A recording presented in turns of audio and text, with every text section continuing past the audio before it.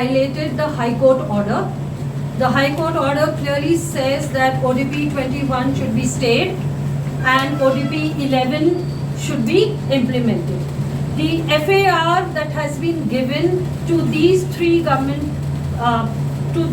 projects on government land, whether at Quarterdeck, at the Panjim swimming pool area or Foodland area, the FAR are not as per ODP 11. The government has changed regulations and they have bypassed the law, and through the regulations they are giving this permission. Regulations cannot bypass an act. Okay, so they are violating the court order. Besides, again we are reiterating, these areas are flood prone areas and no construction is permitted, and the government should adhere to the rules. Now we have pointed out the construction permitted on government land. The entire Panjim, there are more areas marked as flood prone areas and permissions have been granted there also. And this increase in height and FAR arbitrarily through some regulation is being done all over Goa. Today we are concentrating on Panjim to highlight the seriousness and the disaster that is awaiting Panjim. I just want to make a slight this, where after the ODP, the case has gone to court, government was allowed to use the ODP 2021 for government projects. However, let me make it very clear that all the height and FAR changes they have made is also beyond ODP 2021. Forget 2011, which is for everything else, but it's beyond ODP 2021 also. Three projects, we will take them on this. We are not going to keep quiet because this is not, forget the three projects are bad for Panjim. They are bad for Panjim also being in flood prone areas. Does the government want us to die? Are they for the people or are they for private interest? This is very important. I think all these politicians should be asked, are they voted to power to work for the people or just a few individuals who want to make that money? This is not. They have to work for the people of Goa. And we will fight till the end for this. You should question. Yeah, Can I answer that? Yeah. The thing is, आम्ही आता पळयला smart city कितले smart जाला ते सगळ्या खबर आसा. पणजे पावस पडल्यार हर एक जुनाक आम्ही दोपरभर उदकान वयचेच पडटा 18 जून रस्त्यार. You take that as a benchmark. What kind of futuristic and scientific planning is there?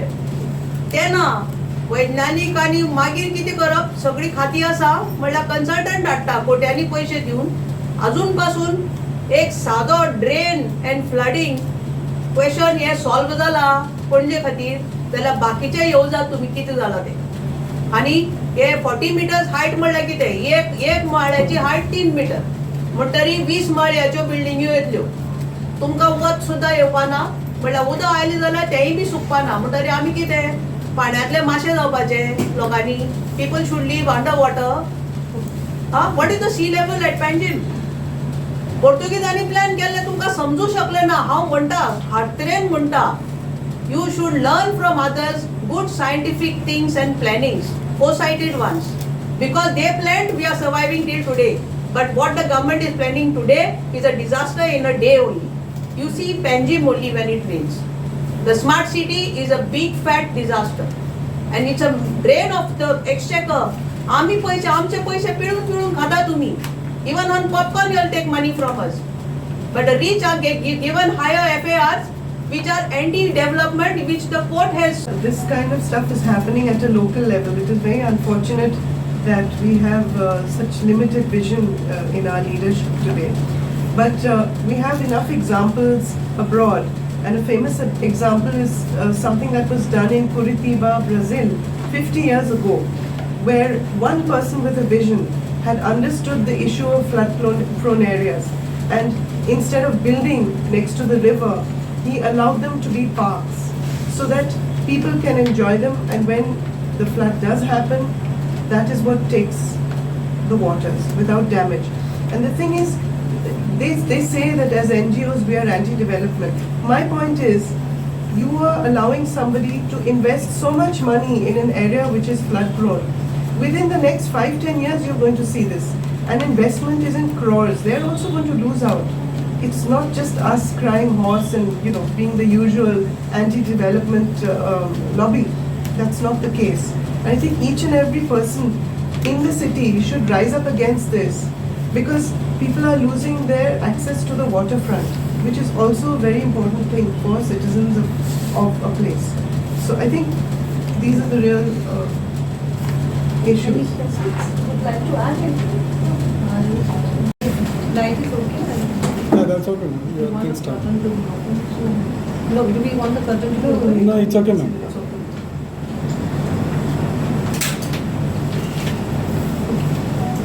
Good morning, everyone. Yesterday we celebrated the Earth Day, and we know there is a climate emergency in the state, in the country, worldwide, and we need to take steps to green the area so that we don't feel the heat that we are feeling today. We had the TCP Minister Vishwajit Rane talking about creating green lungs in the city, in the urban areas, which is a good thing. But what he is saying and what he is doing, they are completely opposite. In Panjim, we have seen that the recreational area which is there in flood-prone areas, construction has been permitted in these flood-prone areas, which is not permitted. Besides, high-rise construction permissions are also given. Now we have a government order, a notification dated 14/9/2022, that is September, of the Chief Town Planner, published in Government Gazette, Series 2, number 25, dated 22nd September 2022. And I'll read out what the notification says. The areas such as low-lying paddy fields, water bodies, khazan land, flood-prone areas, I repeat, flood-prone areas, land having slopes more than 25%, forest land including private forest land, land falling in the buffer zone of wildlife sanctuaries, and tenanted. We do welcome the greening by the urban minister through the Miyawaki technique that he's going to use. It's great. We all want our urban spaces, whether here, Marga, Vasco, Mapsa, everywhere to be green. We welcome that. We know that climate change is here. Heat is unbearable. All of us feel it. Pollution levels are very high from traffic that is coming into the city, air pollution as well as water pollution. I'm going to talk more about Panjim because I know Panjim more, being an ex-councillor of Panjim, and I live here. So while the same thing could be applicable in some other ways to the other cities, I'll be concentrating more on Panjim. So the examples I'll give is Panjim centric. Now, while the forest minister or the urban minister, as you call him, is talking about greening on one hand, the other hand, as town and country planning minister, the town planning department is rezoning our lands, and rezoning our lands through the clause that has been inserted in the regulations, and they're giving higher FAR and heights. We are getting 12 floors, 14 floors, 15 floors or more, I don't know. This means that the zoning is always connected with your height and your FAR.